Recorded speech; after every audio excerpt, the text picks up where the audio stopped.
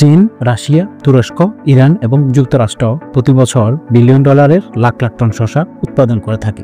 কিন্তু এত শসা তো কেউ খায় না। তাহলে এগুলো কি হয়? কোথায় যায় এই শসা?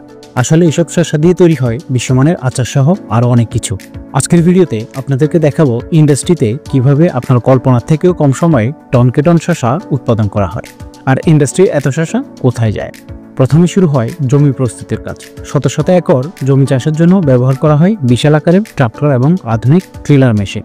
এই মেশিনগুলো মাটিকে গভীরভাবে উল্টে পাল্টে নরম করে, আগাছা পরিষ্কার করে এবং জমিনকে সমান করে ফসল রোপণের উপযোগী করে তোলে। জমি প্রস্তুত হওয়ার পর শুরু হয় বীজ বপনের কাজ, যা সম্পন্ন করা হয় অটোমেটেড সিড প্লান্টার মেশিনের মাধ্যমে। এই মেশিনগুলো অত্যন্ত দ্রুত গতিতে নির্দিষ্ট দূরত্বে এবং গভীরতায় শসার বীজ রোপণ করে। বীজ বপনের পাশাপাশি স্প্রিংলার সিস্টেমের মাধ্যমে সেচের ব্যবস্থা করা হয়, যা অটোমেটেডভাবে প্রয়োজন অনুযায়ী পানি সরবরাহ করে। বীজ থেকে চারা গজানোর পর গাছের যত্ন নেওয়ার জন্য ব্যবহৃত হয় আরও কিছু আধুনিক মেশিন। স্বয়ংক্রিয় স্প্রেয়ার মেশিনের মাধ্যমে প্রয়োজনীয় সার এবং কীটনাশক স্প্রে করা হয়, যা গাছের দ্রুত বৃদ্ধি নিশ্চিত করে। ফসলের যত্ন এবং পরিচর্যার বেশিরভাগ কাজই মেশিনের মাধ্যমেই সম্পন্ন করা হয়, যা শ্রম এবং সময় দুটোই বাঁচায়। শসা পরিপক্ক হলে ফসল তোলার সময় আসে। এই কাজে ব্যবহৃত হয় বিশেষ ধরনের শসা হারভেস্টিং মেশিন, যা ঘন্টায় টন টন শসা তুলতে সক্ষম। এই মেশিনগুলো গাছের গোড়া থেকে শসা সাবধানে কেটে ফেলে এবং কনভেয়ার বেল্টের সাহায্যে শসাগুলো বিশাল এক কন্টেনারে জমা করে। পুরো প্রক্রিয়াটাই হয় খুবই দ্রুত এবং নির্ভুলভাবে। ফ্যাক্টরিতে পৌঁছানোর পর শুরু হয় আরেকটা অত্যন্ত গুরুত্বপূর্ণ এবং জটিল প্রক্রিয়া।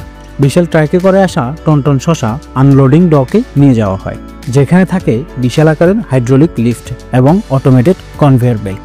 এই মেশিনের সাহায্যে ট্রাক থেকে খুব সহজেই শসা নামানো হয় এবং কোনো ধরনের শারীরিক পরিশ্রম ছাড়াই দ্রুততার সাথে কনভেয়ার বেল্টে পাঠানো হয়। শসা আনলোড করার পর শুরু হয় পরিষ্কারের কাজ। বিশাল অটোমেটেড ওয়াশিং মেশিনে প্রতিটা শসা ভালোভাবে ধুয়ে ফেলা হয়। এই মেশিনগুলোতে থাকে শক্তিশালী জেট স্প্রে, রোলিং ব্রাশ এবং ফোমিং সিস্টেম, যা মাটি, ধুলো, কীটনাশকের মতো ক্ষতিকারক পদার্থ দূর করে ফেলে। কনভেয়ার বেল্টের উপর দিয়ে শসাগুলো চলতে থাকে এবং একের পর এক ধাপ অতিক্রম করে পুরোপুরি পরিষ্কার হয়ে যায়। এই প্রক্রিয়ায় কোনো রকম হাতের স্পর্শ ছাড়াই শসাগুলো স্বাস্থ্যসম্মতভাবে ধুয়ে ফেলা হয়। শসা পরিষ্কার করার পর চলে যায় বাছাই করার জন্য। বিশাল আকারের বাছাই মেশিন বা সর্টিং মেশিনের সাহায্যে শসার গুণমান যাচাই করা হয়। এই মেশিনগুলোতে থাকে হাই রেজলিউশনের ক্যামেরা এবং সেন্সর, যা প্রতিটি শসার রং, আকৃতি, আকার এবং কতটুকু সতেজ আছে তা যাচাই করে। ত্রুটিপূর্ণ বা খারাপ শসাগুলো স্বয়ংক্রিয়ভাবে সরিয়ে ফেলা হয় এবং ভালো মানের শসা আলাদা করা হয়। বাছাইয়ের পর শসা চলে যায় সাইজ অনুযায়ী গ্রেডিং মেশিনে। এই গ্রেডিং মেশিনগুলো শসার আকার অনুযায়ী স্বয়ংক্রিয়ভাবে বিভিন্ন ক্যাটাগরিতে তাকে ভাগ করে। ছোট, মাঝারি এবং বড় শসা আলাদা আলাদা সেকশনে চলে যায়।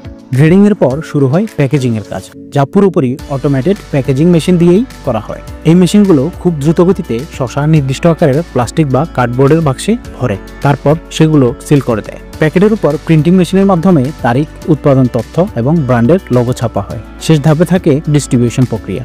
প্যাকেজ করা শসা বিশাল অটোমেটেড লোডিং বেল্টের মাধ্যমে দ্রুতই ট্রাকে তোলা হয়, যেগুলো সুপার শপ, পাইকারি বাজার এবং বিভিন্ন ডিস্ট্রিবিউশন সেন্টারে পাঠানো হয়। প্রতিটা ধাপেই আধুনিক মেশিনের ব্যবহার শুধু কাজের গতিই বাড়ায় না, বরং পণ্যের গুণগত মানও বজায় রাখে। ফলে ফ্যাক্টরি থেকে সুপার শপ পর্যন্ত শসা পৌঁছানোর পুরো প্রক্রিয়াই হয় দ্রুত, স্বাস্থ্যকর এবং কার্যকর। শসা দিয়ে বাণিজ্যিকভাবে আচার তৈরির প্রক্রিয়া একটা বিশাল এবং জটিল ইন্ডাস্ট্রিয়াল প্রক্রিয়া, যেখানে প্রতিটা ধাপেই ব্যবহার হয় অত্যাধুনিক স্বয়ংক্রিয় মেশিন।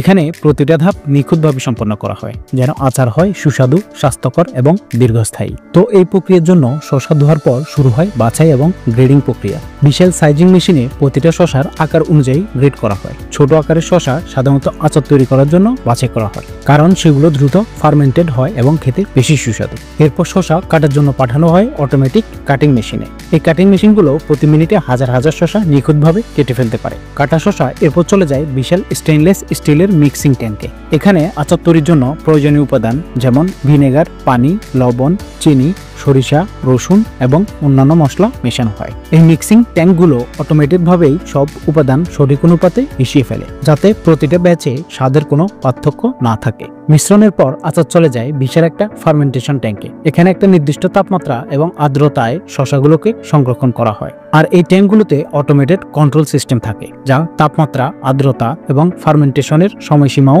নিয়ন্ত্রণ করতে পারে। ফার্মেন্টেশন চলাকালীন শসার মধ্যে টক, ঝাল এবং মিষ্টি স্বাদ তৈরি হয়, যা আচারকে করে আরো সুস্বাদু। ফার্মেন্টেশন বা পাস্তুরাইজেশন শেষ হলে শুরু হয় বোতলজাতকরণের কাজ। বিশাল অটোমেটেড ফিলিং লাইন মেশিনের মাধ্যমে আচারগুলোকে বোতলে ভরা হয়। এই মেশিনগুলো একসাথে হাজার হাজার বোতল খুব দ্রুতই ভরে ফেলতে পারে। এরপর ক্যাপ সিলিং মেশিনের মাধ্যমে বোতলগুলোর মুখ সিল করা হয়, যাতে কোনো ধরনের বাতাস বা জীবাণু ভেতরে প্রবেশ করতে না পারে। বোতল সিল করার পর শুরু হয় লেভেলিং এবং প্যাকেজিং প্রক্রিয়া। অটোমেটেড লেভেলিং মেশিন প্রতিটা বোতলে সুন্দরভাবে ব্র্যান্ডের লোগো, উৎপাদন তারিখ, মেয়াদ এবং অন্যান্য তথ্য সম্বলিত লেবেল লাগিয়ে দেয়। এরপর বোতলগুলো প্যাকেজিং মেশিনে যায়, যেখানে এগুলো কার্টুন বা প্লাস্টিকের প্যাকেটে প্যাক করা হয়। সবশেষে এই প্যাকেজ করা আচার চলে যায় অটোমেটেড লোডিং বেল্টের মাধ্যমে বিশাল ট্রাকে, যা তারপর বিভিন্ন সুপার শপ, পাইকারি বাজার এবং আন্তর্জাতিক বাজারেও সরবরাহ করা হয়।